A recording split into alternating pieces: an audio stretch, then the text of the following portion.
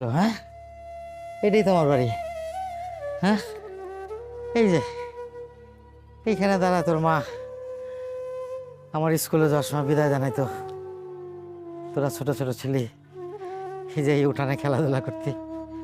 এই তো, এই যে দক্ষিণ দিকের জানালা, এই দক্ষিণ দিকের জানালা দিয়ে আলো বাতাস আসতো।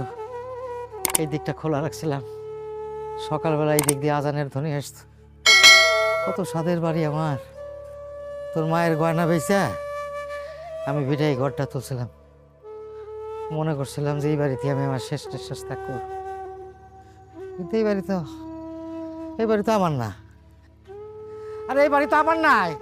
এই এই অন্যের বাড়িতে আমার কেন নিয়ে আসলা হাসান? কেন?